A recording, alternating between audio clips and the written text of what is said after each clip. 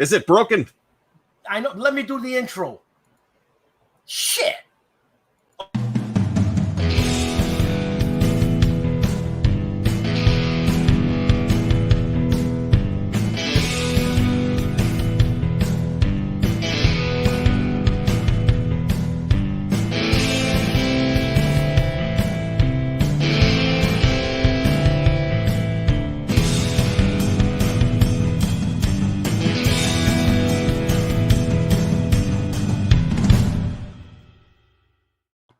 Okay, Kilroy, yeah, you were too early. William, it's not about pipes. It's about goats. And Stigler, don't worry about it, man. Hey, Artie, how are you? Everybody's got to have a way to cope, right? So I miss my goat, man. Well, it's all about a man and his goat, I guess. Well, yeah. So. Hey, how are you, John, Stephen?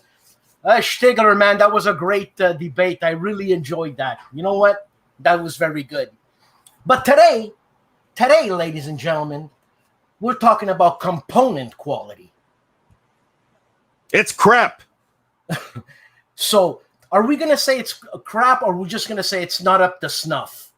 Well, you know, as a personality, hyperbole always works. But you know, there's and you know, it's got its value, I suppose. But I would prefer to talk in a reasonable way about this stuff and talk about if we have concerns about component quality, to say, okay, well, so here is the problem, right?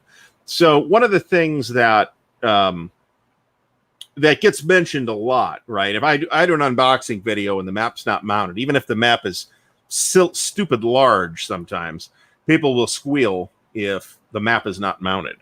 And you know, I get that. A mounted map is nice. But that's preference. That's preference. Well, it's preference, but there's also logistical concerns. Like, what if it's a 4-map game, right? Or even a 2-map game. There's relatively few 2-map games that are like 2 full-size maps that are mounted. There's a couple, but not many.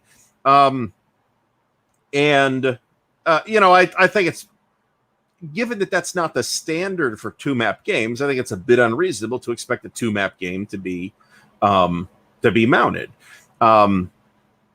Stigler says that components are naturally important. You end up looking at them. So I am a sucker for pretty games. Yeah, but that's totally a shot. That. That's a shot. Stigler gave us a shot. Yeah, well, he's not wrong though. I mean, I will often steer away from games that I consider ugly. Now, I have old-fashioned tastes as far as, you know, pretty games go, right? So I can look at something like the Death Ride games from Grognard Simulations and look at the counters at least and say, these counters are perfectly fine. I have no problem with these counters at all. Their maps are fairly ugly, but maybe the new ones are prettier. I don't know. I haven't seen anything since Aris, I think, is the one that I have, which is several years old at this point. So, I mean, and you do end up staring at these things for a long period of time, and it is always nice to have pretty components. Yes, I will always prefer having pretty components, but yeah, but you're saying pretty, man. Pretty ain't quality. Well, so that's one. It's one of the pieces of quality, though. Certainly, you can have pretty components. So you can also have attractive components and a garbage game. The company, the publisher that was infamous for this was Fresno Games Association. Which was one of the 3 founders of GMT left and founded Fresno Games Association, which, you know, you look at them now, they're not that great. But at the time, they were very attractive maps and counters. And just that the rule book was something slapped together in a basement over the weekend, and the games were unplayable for the most part. Years have been spent trying to make those games into playable exercises and ended in failure. So, so pretty components and nice components. I mean, there was nothing wrong with their map quality or counter quality or anything like that. Another thing so I have one of the things that I had back in the day, and I stupidly got rid of, was the Great Battles of Julius Caesar. This is like volume 3 or 4 in the Great Battles of History series. GMT? Yeah. And I got rid of it stupidly. I reacquired it like last year or the year before, and I hadn't remembered this or noticed this at the time. Those counters are wafer thin. Okay, really, that's what someone told me. Someone told me about that. Super duper thin. It's one of the reasons why I'm happy to have it again. But I'm also going to buy the reprint because it's not going to have super wafer thin counters. I mean, they're really abnormally thin. They're not just. I'm less sensitive to that than some people, but they're really thin counters. They're almost as thin as. They're about as thin as the World at War counters, and they're almost as thin as the Diffraction Entertainment Second World War series counters, which are really thin. Are they thinner? Are they thinner than what Decision Games puts out in their magazines? Yes. Oh my god! No, yeah. Well, so I've had about 80. I've personally handled about 80 old S&Ts. That were from the Decision era, and I have never had a problem with counter thickness out of S&T, even from Decision. Now, I've had other issues with the counters, like the counters are hideous, or the counters have center nibs, which I hate, or the counters around that sort of sad, soggy type of cardboard that just doesn't have a crisp texture. I've seen those things, but I never felt that they were at that thin. I mean, hell, I play with tweezers anyway. What difference does it make? So, and you mentioned that, it's almost wet feeling that. Yeah. And that could be like hey, the thing's 25 years old. Maybe it got exposed to moisture. That's possible. Or how about if the game is like $25? Is that acceptable? Well, maybe. It depends. Yeah. Well, I mean, price is a factor, right? So that's another thing that people complain about when certain publishers publish games is, hey, I look at the list of components in this box. It's got like one map and 2 counter sheets and a rule book and a playbook. That's a absolutely typical $60 game from GMT, but these guys want $110 or $120 for it. Yeah. And the components aren't necessarily of different quality or lower quality or higher quality than they would get from GMT, but different publishers have different economies of scale too. So, I mean, is it a factor? I'd like to say it's not, but I'm sure it is for some people and probably even for me some of the time. There are absolutely games that I will balk at the price at. But I mean, I don't blame the publisher for pricing it at the price they set. It's they've decided that's where the price needs to be, then I'm fine with that. But I also have to be fine with not buying it if I'm not comfortable with the price. Okay, so Artie, I'm going to be the bad guy. I'm going to name drop companies, so I'm going to save your butt. How's that? Okay, well, we can talk about specifics, but if we're going to talk about specifics, let's talk about specific games, right? Okay. Rather than saying all multi-man stuff sucks. Yeah, no. So. No, let's take. And even Multiman's a good example because they have a big variety of different, very different art styles from one end of the company to the other end of the company. Well, so you know what? Let's go with Compass, okay? Because they're basically the new kid on the block that's coming up hard, right? So sure. I remember when Compass came out with Enemy Action Ardennes. Mm-hmm.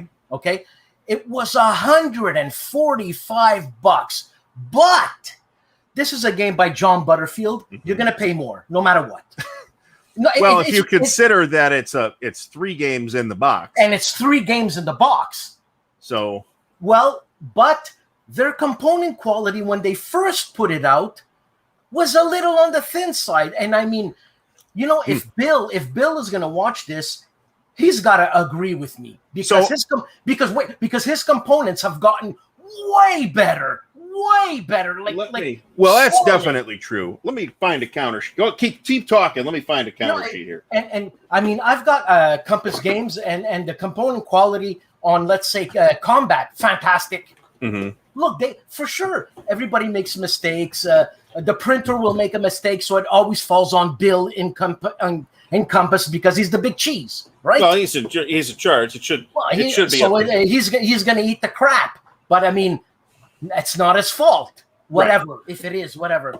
But again, that Enemy Action Ardennes came out when? 3 years ago? 4 years ago? More than that. All right, so I have a random counter sheet here. This is a GMP counter sheet, okay? You'll notice that the counter sheet is in what I'll call landscape format, where we have banks of 20 counters, and they're separated by little ribs, all right? The counters for Enemy Action, I've seen and handled the counters for Enemy Action Ardennes. They are not thinner than any of the other counters that Compass was putting out at the time. But the sheets are, instead of being laid out like this, where the sheets have some rigidity to them, they're laid out in like banks of 20 or something, or 60 or something. Okay. Like this. So the sheet feels super. The sheet's not as stable. It feels really floppy.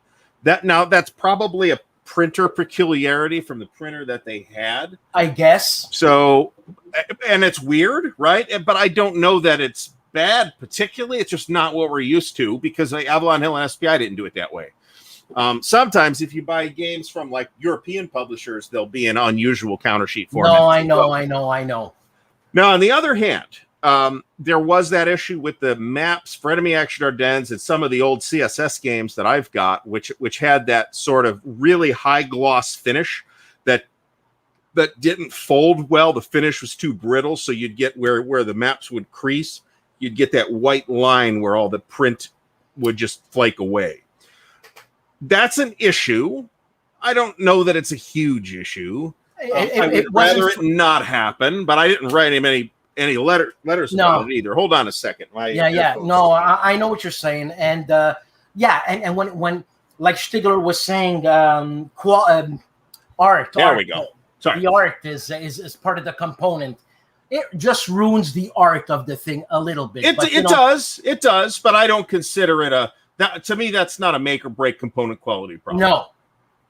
No. If we're gonna, and to be honest, so that Compass has had a couple like misprint type counter sheet type problems. They had it with the African campaign, and they had it with Combat. Okay, and they replaced the bad counter sheets. Yeah, no harm, no foul. I've got no problem with that. It happened. It would have been better if they'd caught it in the warehouse. Yeah, but well, it would have been better for everybody on their side. Well, yeah, it certainly would have saved them money not having to ship fixed counter sheets out to everybody. Now, on the other hand, we've got the new version of the Korean War, okay, which is a game I was very much looking forward to, and I'm happy with it in every other respect. So I'm being clear on that. But the counters are bad. Have they been replaced? Every copy I have seen. 4 or 5 copies of it now on the internet, on YouTube, my copy, a buddy's copy. Every copy has had at least 1 and probably 2 of the 3 counter sheets were misregistered. Okay. Were they replaced? Yes. Oh, okay. Well, hold on, I'll get to that. But yeah, so and that's an issue. The counter sheet stock, I think they went with a different printer than they usually went with on this. The counter sheet stock is really thick. Counters are also really hard to get out of the sheets unless you cut them out of the sheets. That's another thing that it's like, I don't know. It's nice to have real thick counters too. But I had to request replacement counter sheets. Now, my understanding is that this was a source of stress for everyone involved, including the people and Compass and everybody. Some of the people who requested replacement counter sheets got counter sheets printed on a different stock than the counter sheets that came in the game. I guess that's fine as long as you got all 3 counter sheets, because I wouldn't want to have like one counter sheet with this super thick stuff, which is like some of the thickest counters I've seen that came out of games in the last 10 years. And then a different, counter sheets on a different stock. I think that's problematic. I would find that a bit icky to play with. Now, see, I have no issues with MMP component quality. So I know Stigler's got issues. Not that I've never had issues with their stuff, right? Like I think I said a couple weeks ago, I've had to call and get more counter sheets replaced by MMP than every other company. And possibly every other company combined, actually. That's about 4 sheets. I have bought a lot of MMP games. That's a factor. But I've bought 3 times as many GMT games that have not had. I think I've had to replace 1 counter sheet from GMT and 2 counter sheets from Compass. And what do you think that is? Is that experience in business and in the printing business? Well, I mean, nobody's printing in-house, right? So I know that, yes. So let's say your printer goes out of business. Well, you got to find a new printer. Yeah, or your printer raises their rates and it's gonna bork your MSRP.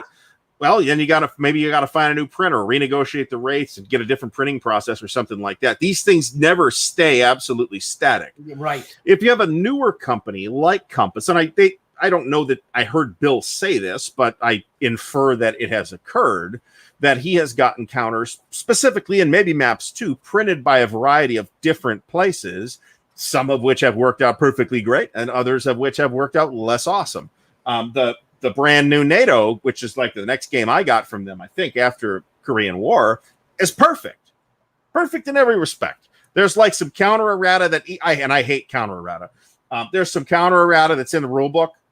It's all like who cares level counter errata. Okay. There's like no component issues at all. Now, another thing with Korean War that some people have expressed reservations about is the new version, the Compass version, is 4 maps. The original was 2 maps, and that does represent a table space challenge for some people. If you just don't have the table space, well, I'm sorry, I don't know. Well, yeah, I guess you could play it on the old map. Enlarge the maps? Did they enlarge the map? Bigger maps, bigger counters, bigger hexes, all that. So that's why, right? It's not radically different game or anything. In fact, it's pretty much the same game, and it's a great game, by the way. And I think the definitive game, if you want a game about the Korean War, that's where I would point, assuming you have some tolerance for a complicated game, because it is. That's totally where I would point people. But it's,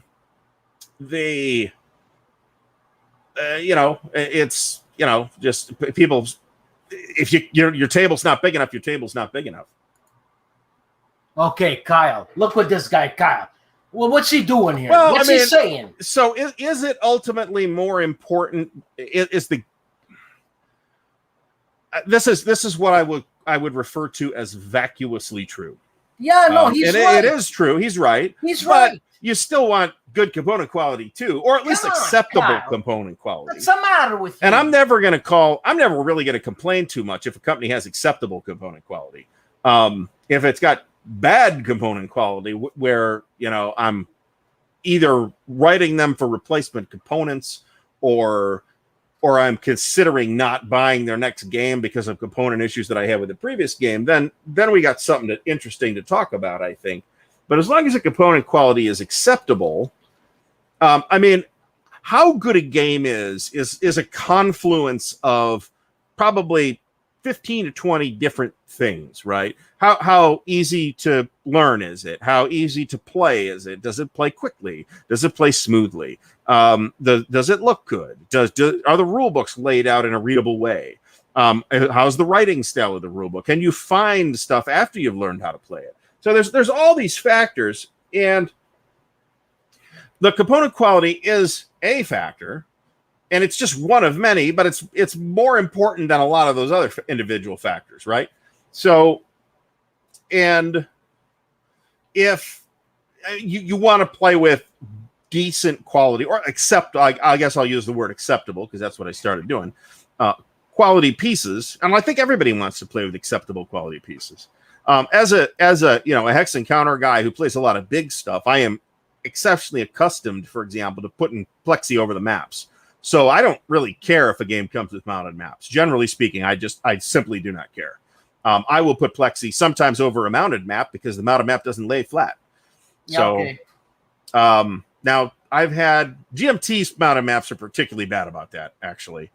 About not laying flat, even if you lay them out for quite a while and let them. Once you fold them back up and put them back in the box, then take them out again a month later, they still tend to pooch a little bit.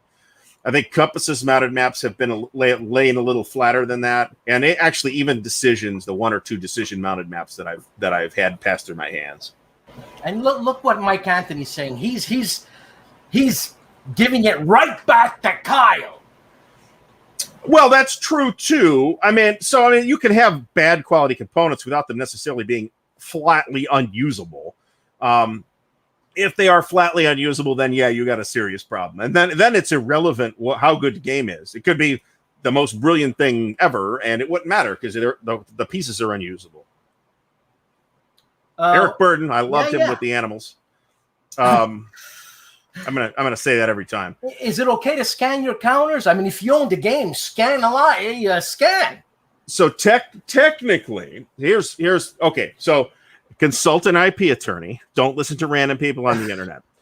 Technically, it is a violation of copyright law to scan the counter, scan and keep the counter sheets. Even if you own the game, you paid for the game. You're duplicating copyrighted material. So technically, you're on shaky ground legally. But they're not. multi-man's not going to send an inspector to your house to make sure you don't have hidden scans of the counter sheets everywhere. No, but Hasbro will. So as long as you're, I doubt. Well, I got a story about that. So I doubt that actually. Not for war games anyway. If you do that with Monopoly, maybe they'll come down on you. But if you do it with, Avalon Hills Gettysburg, their legal department literally does not know who owns that game. So, I mean, is it okay morally? Yeah, I think it is. Is it okay legally? And maybe questionable. I understand. But nobody's gonna, as long as you're not distributing them, then it would be difficult. We run the risk of getting off topic here when I say there is such a thing as well-moneyed corporations engaging in harassment lawsuits against individuals over copyright laws. That has happened. In some cases, like teenagers that shared stuff on Napster were getting sued for millions of dollars by the recording industry, for example. And those are simply harassment suits. Yeah. They have more money than you to fight it, so they're going to win, regardless of the merits of the case. So be careful, consult an IP attorney if you have any doubts about what you're doing. Talking about attorneys there, I spoke to an attorney and asked, can you give advice? And the attorney said, no, we have a moral obligation not to, and we could get in trouble. So if you pay the IP attorney, then we can give you advice. You may have to pay for that advice. That is true. So, on the other hand, maybe that guy is just a dick. So, no, he's not. Well, I don't know, but I'm just saying. I don't know. You're generally speaking better be prepared to pay for that. But for somebody that's just like copying stuff, so they have I know a guy who every war game he buys, he makes color copies of the counter sheets just in case 10 years later he has to replace the counter. Yeah. I see nothing wrong with that. I know. So, but here's another thing. Probably 80% plus of war games have scans of their counter sheets on Board Game Geek, and the publishers are not complaining. So you take that for what it's worth. Now, a company like Hasbro is so big and has so many properties spread out over so many different subsidiaries and has been around for so long that they may not be able to easily trace ownership on old properties like Avalon Hills Gettysburg. There's a reason why they say you can copy this for personal use. Right. Because they're granting you permission to do that. Right. I got you. Do not take my word for it. Don't Consult take an my IP word attorney. for it. Do not listen to what I say, please. Going back to quality components, DVG, very good. Oh, Eric Burden mentions the laser cut counters from Victory Point Games, and somebody up thread mentioned Avalanche Press, which was laser cutting their counters for a while. So that process does leave a soot layer on the counters, and I think Victory Point Games is actually giving you like a little cloth to wipe it off with. I do consider that a bit gross, to be honest, because it kind of gets even if you wipe it off. I don't have a problem with it, but it gets everywhere. You know what you weren't a stoner when you were in elementary school. Oh, definitely not. They didn't have the what do you call that machine? The photocopy machine, the stenograph, whatever the hell they call it. The mimeograph machine. Where you used to smell the paper, and you used to know that guy's gonna be a stoner. That guy's funny. I didn't even eat the paste. So I never ate the paste. So there was kids that ate the paste. Jesus. I mean, I don't think it tasted good. I could be wrong. I never ate the paste. And by the way, those laser cut counters, you could smell them. It smelled a bit like barbecue. Yeah, well, that's what it is. It's burnt wood. So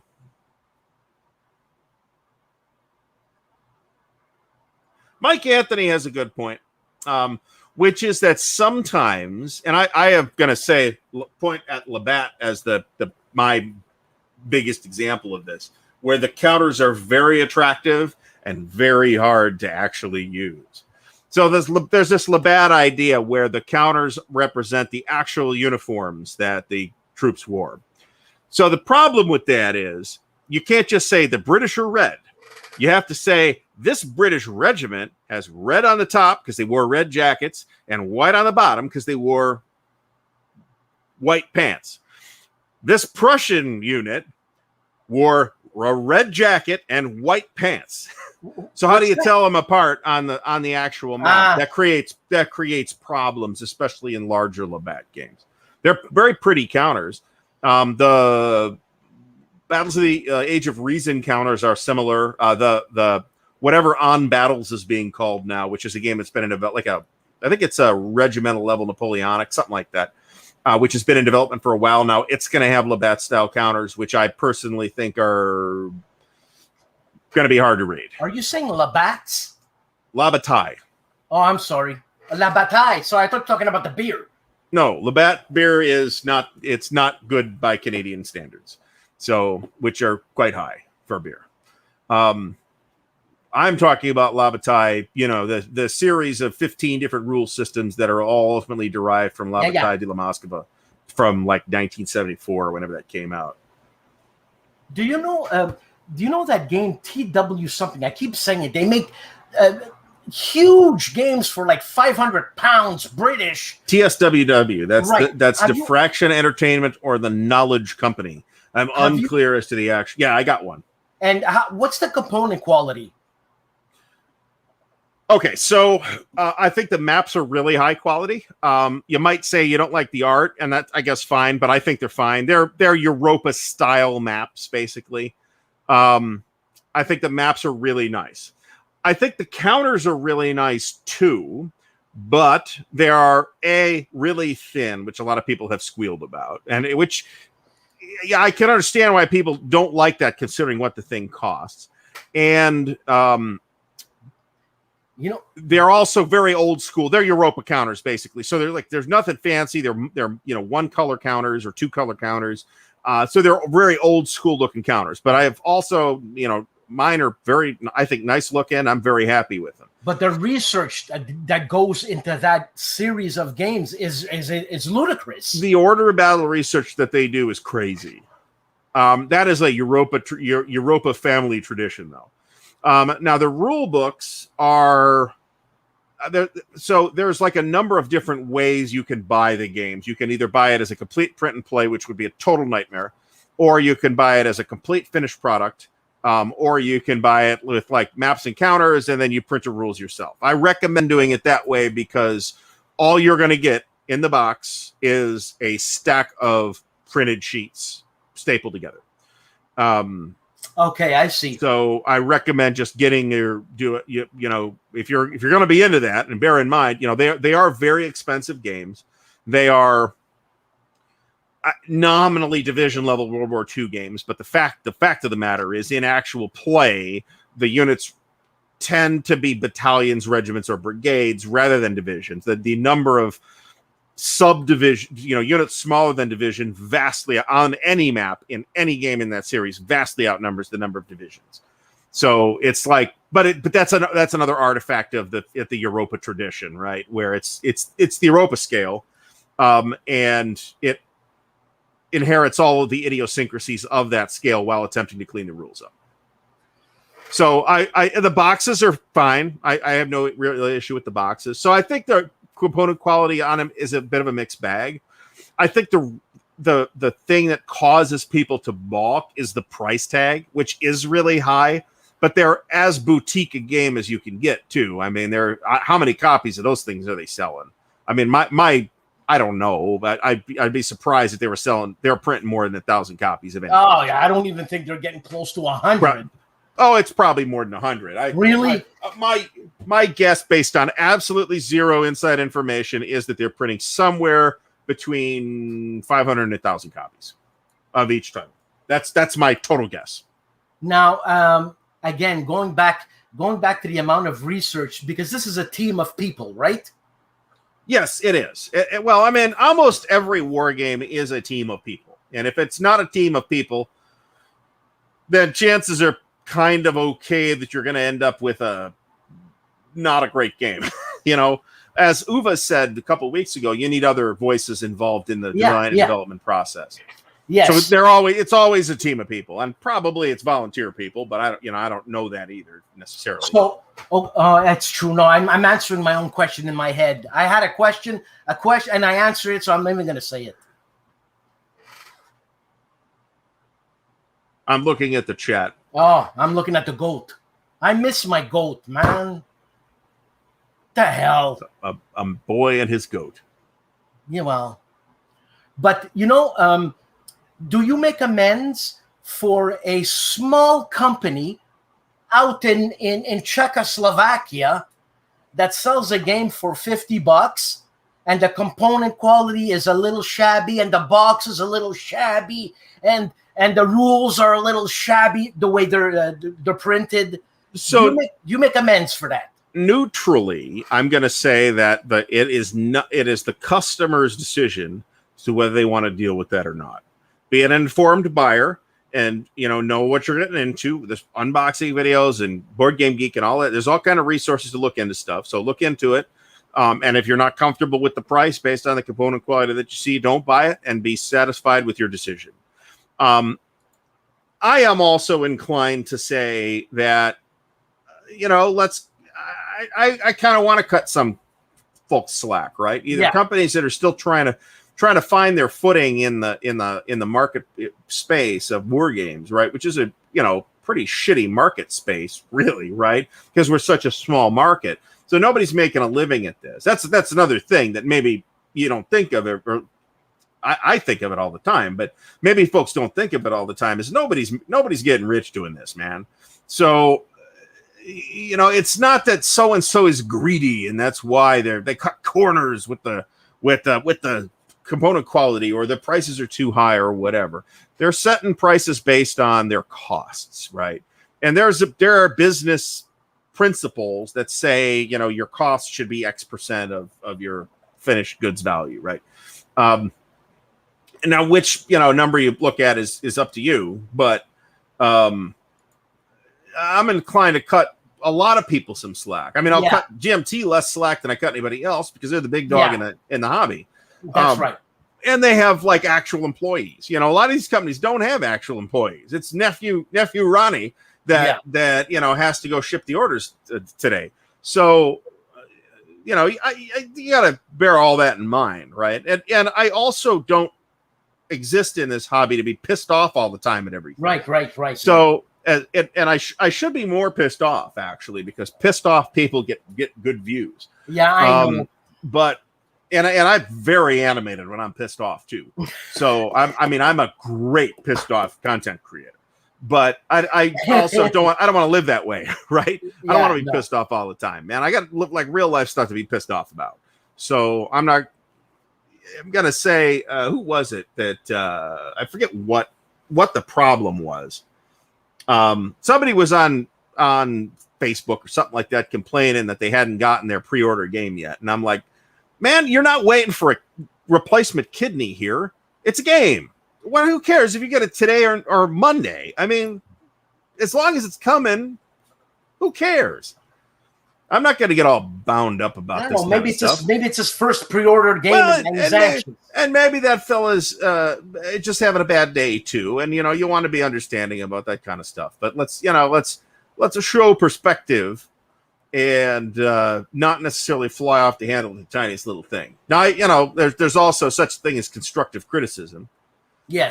That you want to be able to say, hey, this is a problem, and this is a problem, and this is a problem, and I would like the company to, whoever it is, to fix this.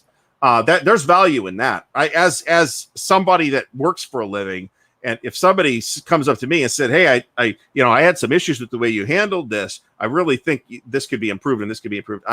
That's valuable. I mean, so I'm not talking about criticism or complaining. I'm talking about whining and negativity.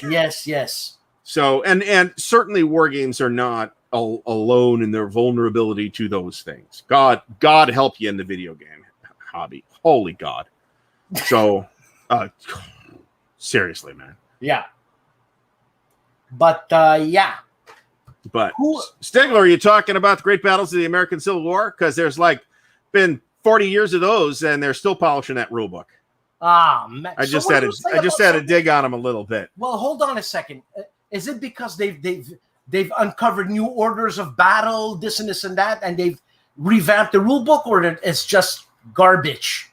No, in that case, it's because Richard Berg was not the greatest rules writer, and the game has evolved quite a bit over the years. Okay. So there's that. But also, I'm giving Stigler some crap here. So yeah. God, what was I gonna say? I forgot what I was gonna say. I don't know. What were you gonna say? I forgot. I think Decision Games has some good games too. It's just, buyer beware, right? Caveat emptor. I mean, you should be doing that anyway with anybody, but to do it with Decision Games, do it with Avalanche Press, which is another company I've got a lot of negative things to say, and I've heard a lot of negative things about. They have some good products too. But have they improved? Has Avalanche? I don't know Avalanche Press. Avalanche Press,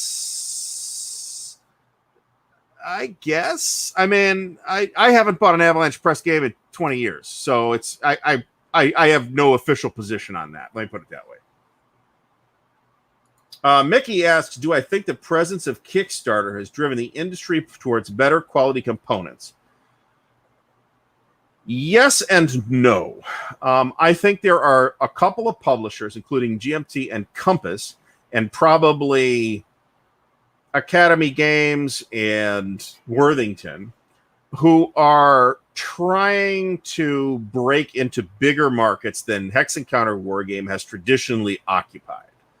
And those companies are well aware of board games that are not war games that come out, particularly Kickstarter games, but not just Kickstarter games, with really high quality components, right? Which is why we've seen a lot of those companies. Compass didn't used to do mounted maps; they just started doing mounted maps. Maps.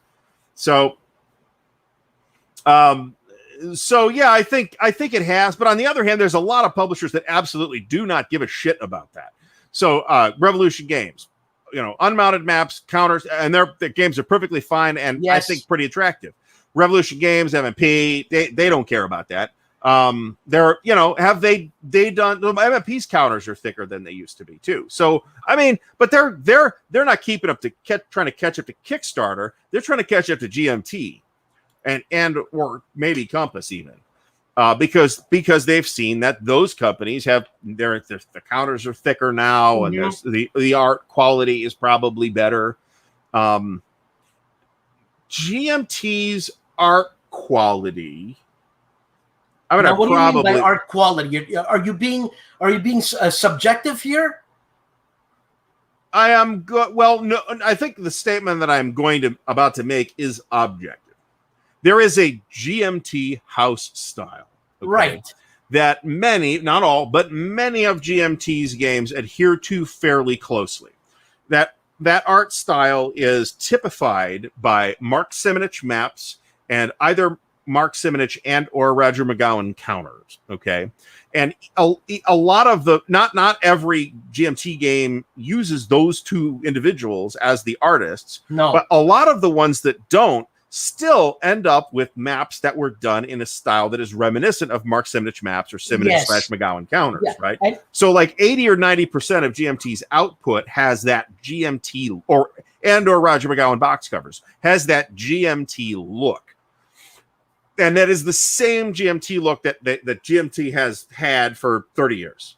Awesome. So, and I'm pretty comfortable with that personally. Well, but be aware that it is a company that graphically has not really changed all that much in the last 20 years. And you know what? That's why I love the art on those boxes, because it's always, they rehash some stuff, this and that, and it's fine. And that's what I look for when I get a GMT cover. That's what I see. Now, if you're listening to J.S. Bach, and he repeats himself 200 times, but he's got 700 compositions, what are you going to say? You're repeating yourself.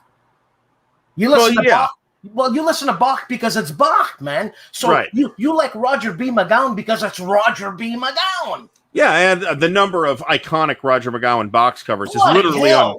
uncountable. Ugh. And it's not just Avalon Hill stuff either. He did a couple. I think he did a couple for SPI, And West End Games. West End Games, and for and GMT and Kabi Japan. Yeah, that's right.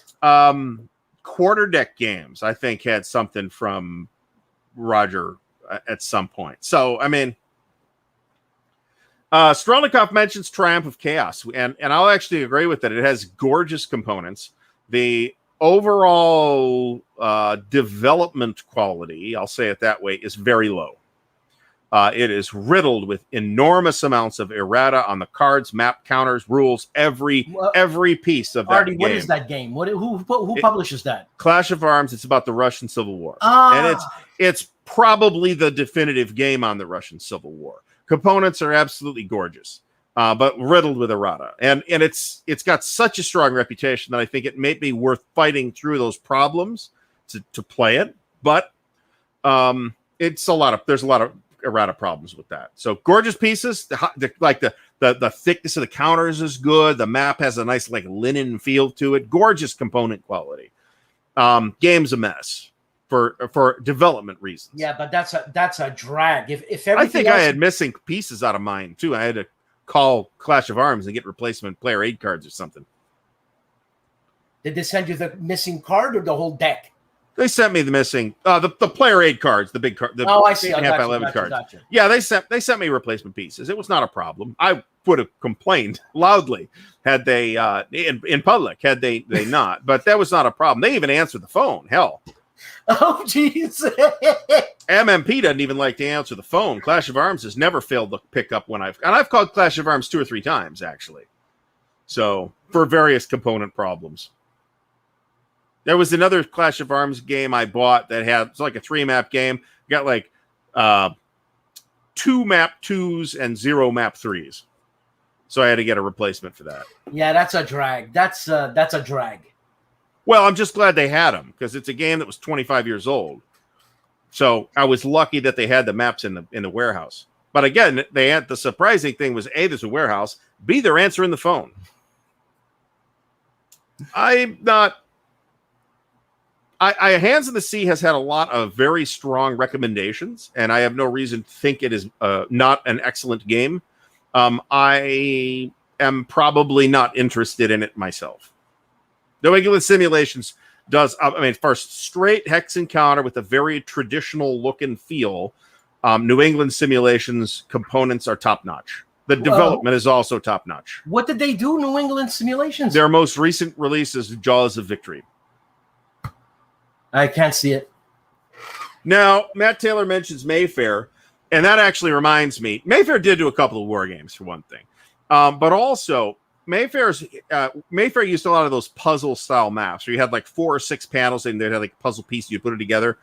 And those were infamous for warping. Yeah, absolutely. However, they're not the only places that did that. 3W did at least 2 games with mounted maps. Army of the Potomac and Army of the Tennessee, both Mark McLaughlin designs, basically the War and Peace system for U.S. Civil War. They were on the worst quality mounted maps I have ever seen to this day. But some of the old Avalon Hill stuff was on a very similar mounted stock and had very similar warping problems. So this is Trireme was a game like that on that stock. The Avalon Hill Trireme, of course. Freedom of the Galaxy was. There were a few others that I have. Victory Point Games had those puzzle pieces map, but they also gave you a paper map with that. Okay. So you had the choice. Capiche? I don't have a problem with the puzzle piece map necessarily. The problem I had with Mayfair's puzzle piece maps and actually GDW's puzzle piece maps, because they did a couple like that too, was that they always were on bad stock and they warped very badly. Yeah. I know what DVG... I forget which game it was, maybe Nimitz, where there was a stack of mountable maps. I don't know, maybe it was Nimitz, and they warped real fast. Boom! Taken care of instantly. Customer service, new game, whatever. I don't know about Nimitz. I've got Field Commander Napoleon, and those maps have not warped. Jeff Beeler asks, are GDW's counters a gold standard to be measured against? If it was 1978, yes. It is not 1978. So what is the gold standard that we measure everything by? Now? For like war game counters for hex and counter games? Yeah. Hexasim. Hexasim? Seriously? Gorgeous component. I've never seen an ugly Hexasim product. Their component quality is always really, really high. Really? Yeah. And they're French, so you should love them. So that was French, by the way. Well, right. So, yeah, I was going to say GMT is the obvious example. I think that's probably what most people would leap on that. But Hexasim, you know, it's apples and oranges to a certain extent, right? Because if you're looking at a game like, you know, Gallipoli 1915, there's a bunch of stuff on that counter. And maybe the Hexasim counters have less information on them. There's less numbers on them, for example. And maybe that gives them a little more flexibility to pretty the counters up. But they're still really nice counters. And everyone that I've had, anyway, has pre-rounded corners. So you don't have to clip them yourself. Now, what about Worthington Games, man? Worthington's counters are nice. I have never had. I mean, I've had about 4 Worthington games, I think. So they do a lot of light war games that are not necessarily my bag. Right. But I have never had anything but an extremely high opinion of the component quality in any of those that I have seen. So was Hexasim that quality? Well, the maps are not mounted in any Hexasim game that I have. So if that is a sticking point for somebody, then maybe not. But for counters, Hexasim, I think, is the gold standard. That said, Academy Games counters are really nice. That's definitely true. Lock and Load Publishing's counters are really nice. There's plenty of nice counters, and I'm gonna say that I do have to give as a dedicated counter clipper, I do have to give the edge to pre-rounded counters that I don't have to clip. That's nice. I will never argue with that. So are you going to clip Time for Trumpets? It's about 3/4 clipped. Let me ask you something. The counters are good. Why are you clipping them? There's still a little bit of dog ears on those counters, even if you just pop them out of the sheet. There's a couple of reasons to clip the corners on your counters. One is that it makes the counters look nicer. Yeah. Okay? Well, now people butcher counters too, right? Yeah. So with people with the toenail clipper clips, and they clip too much and that kind of stuff. So that's a thing. But I'm talking about the rounded corner counters, and you can clip very conservatively. I've got a couple SPI games on here. This War in Europe is one of them, where the counters are clipped, but whoever clipped them clipped so little off that I was like 500 counters in before I realized, hey, I think these are actually clipped. Oh my God! So with like toenail clippers, because this would have been clipped in the 80s probably. It makes them look nicer. It makes them easier to handle. But depending on the game, that might not be a factor. If you're, for example, coin games, for example, have a bunch of blocks. There's usually some large counters that have rounded corners on them out of the box. And then there's usually some square counters that are regular half-inch counters. Now, there's usually not like a huge crowd. Sometimes there is, but it's not like a crowded hex grid where you've got hexes stacked to the stacking limit, all adjacent to one another, and you got to use tweezers or anything. So I don't think it really helps handling for a game like that to not round the corners of the counters, but it still makes them look better. I did not play Bitterwoods. I have not played Bitterwoods. And here's what do you call it when you I can't speak anymore. It's the GOAT. I'm interviewing Bruno Sinigalio Sunday. Okay. Which, you know what? I was talking to Carl Kretter. He's Carl Kretter is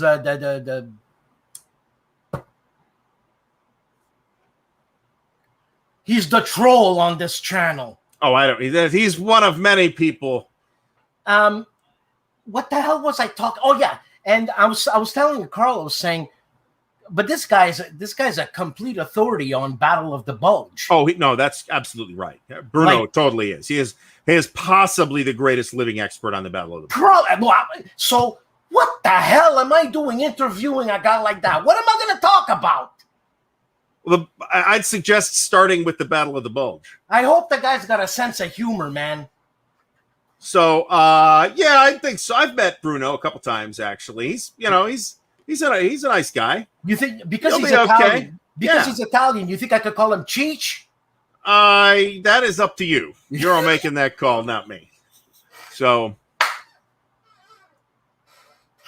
oh man, I got to get my act in order for Bruno. But I mean, look, I am who I am, and that's what it's gonna be.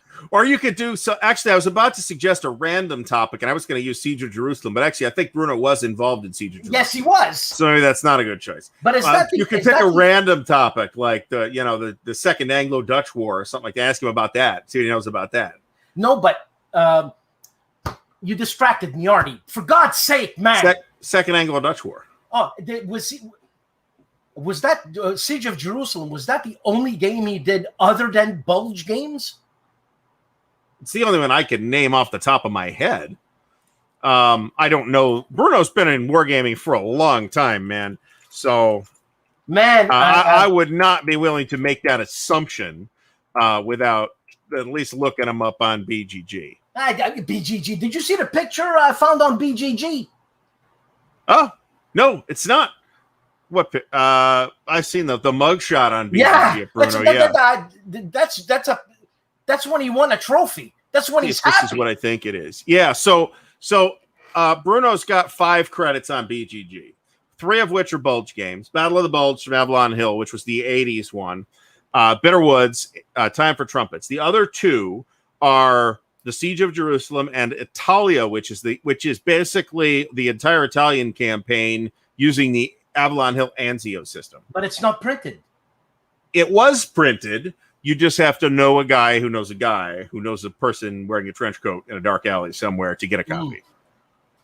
I got one of the local guys has a copy over here. So, man, I mean, what the amount of time this guy has in his head with the Bulge facts and all that. I mean, it's like absolutely. He's like Shelby Foote, man. Well, I mean, I think of Shelby Foote as a storyteller more than an expert on any particular topic.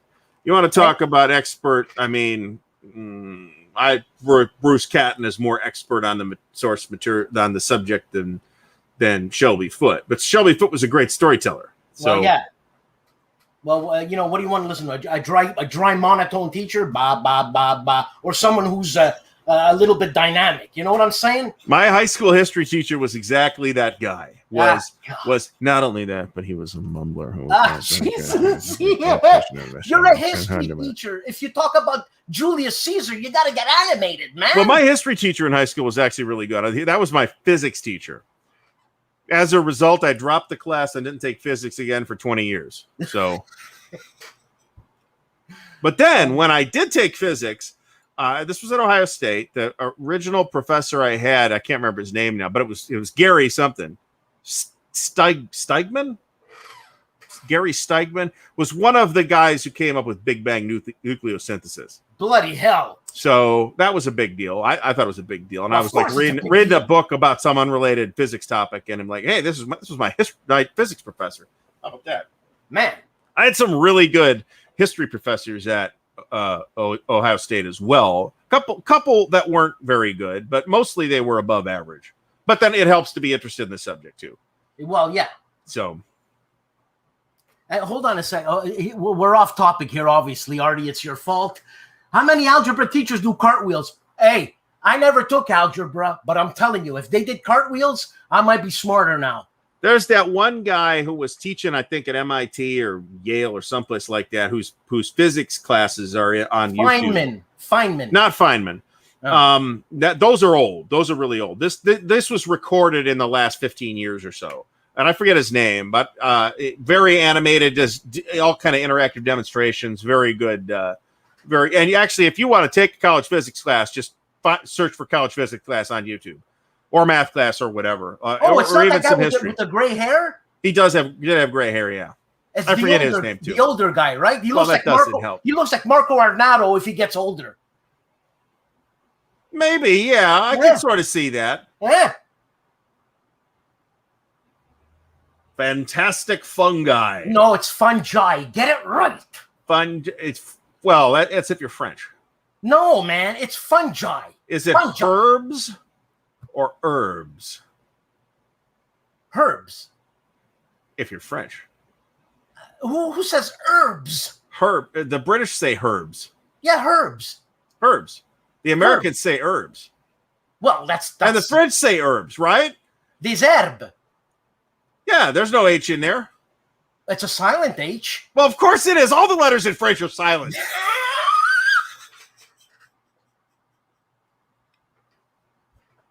So like biologically, fungi are more similar to animals than plants. I'll tell you something. It's Mark Stamets in the fungi, fantastic fungi. But they start getting. Give me the fun duel. What was I talking about? Mark Stamets? Oh, yeah. You distracted me again. Anyways, so it's Mark Stamets. He's an authority on fungi, but they go too, like, really, really deep in microscopic. And look, is it good to eat or isn't it good to eat? Jesus Christ. Okay, so here I'm gonna put it to you this way. I'm gonna show you why it's fungi and not fungi. I assume that the word fungus comes from the Latin. Okay. Yeah. Okay. Greek, maybe you're on shakier ground, but this is probably true of that as well. So yeah, it's directly derived from the Latin fungus. The G in Latin is always a hard G, so it's fungus. So and fungi, not or fungi. Well, that's we could do a whole show on that, and no one's going to be right or wrong. No, I'll be right because I took Latin. And I mean, if you want to, we could do a show on Latin, but you got to have Liz Davidson on. I know, but she's got like a doctorate in Latin. She's too busy, Liz. Well, that's true. She's a superstar. She doesn't have time to hang around with scrubs like us. I actually asked her if she wanted to be on the show. She said sure. And then what? Well, then we have to put that together. So. Oh. I didn't take Greek, but I read a book on ancient Greek once. So. Yeah. Not in ancient Greek, but on ancient Greek. Well, I'm going to better you on that. I could give you linguistic trivia. I could spend an entire 2 hours on linguistic trivia if you want. No problem. Hold on a second, Artie. You think you're a good opponent for what the hell's that game called? Fuck, what's that Trivial game Pursuit? Called? Yeah. So it depends on which Trivial Pursuit question set. The first one. The first one people refuse to play with me typically. Oh, so, the first one, right? If you get like 80s hip hop or something like that, or whatever, Trivial Pursuit, then that's a totally different story. But I mean, I probably have seen every question card in the original Trivial Pursuit too. So how do you do that? What do you read while you're in the can? You're reading the book? No, I've just played it that many times back in the day. So. Mike Anthony mentions an interesting A/B testing with different counter types with Conquistador. That's an interesting point. What's A/B testing? G before I in ecclesiastical. There is no G in ecclesiastical. Besides, that's going to be a medieval word anyway, I think. And from Greek. So. Okay, we're getting carried away here. I'm just saying. Silent Soviet movies for 200 rubles. Yeah, so Latin is different. So Latin pronunciation is different from Italian, modern Italian pronunciation. Hold on. We still say fungi. Well, okay, but I'm just going to make the point that Latin Italian pronunciation has drifted considerably from classical Latin pronunciation. So are you saying that all these mushroom experts, Mark Stamets included, and check him out, Google Mark Stamets, he's wrong? I'm saying he didn't take Latin class. It's one word, man. Also, I'll point out, okay, so I mean, seriously, if we want to have this discussion, language is a dynamic thing, and dialect is a legitimate thing. And there's actually nothing, I might tease people, but there is nothing wrong with pronouncing it fungi or fungi or whatever. So I'm going to be a stickler about it because I took Latin, but not who cares? Fungi. Fungi. I mean, I'm pronouncing the O. So we have to abandon the original Latin for the I too. Is that what you're saying? I mean, okay, we could do that. That's fine, Dan. I guess we hate the ancient Romans today. Do we? Hey, our time is up, Artie. Come on. Our time is up. Hey, guys, thanks a lot. This was a lot of fun. Thank you there to Peanut Gallery, man. You guys are incredible. And hold on a second. What's Ken saying here? Ken is saying that the classical Latin pronunciation is reconstructed, hey, Ken, which is true, but Tacitus wrote about classical Latin, or I think it was Tacitus, wrote about some of the pronunciation bits in Latin. So we do have actual information. But remember that even in classical times, there was like senatorial Ciceronian Latin and vulgar Latin, which was the Latin that the people on the street actually spoke. And it is from vulgar Latin and not Ciceronian Latin that the Romance languages are derived. So that is a thing too. So if we want to have this discussion, maybe tune in next week. I'm just listening to you and I'm thinking he's gonna kill me in what's that game called? Trivial Pursuit. No, I took the test to get on Jeopardy and absolutely shat the bed. Totally choked. Face planted on that test. So you know what? Carl Parazzi was the provincial champion of Trivial Pursuit. Okay. Okay. You think you could do that? That Carl is a bright guy does not surprise me at all. No, but I mean, you think you could face off? No. I mean, I know a lot of trivia. If we want to have well, hell, that's actually not a terrible show idea. History trivia face off. Then again, you got to have an honor agreement that people aren't Googling it while you're waiting here, while the Jeopardy music plays.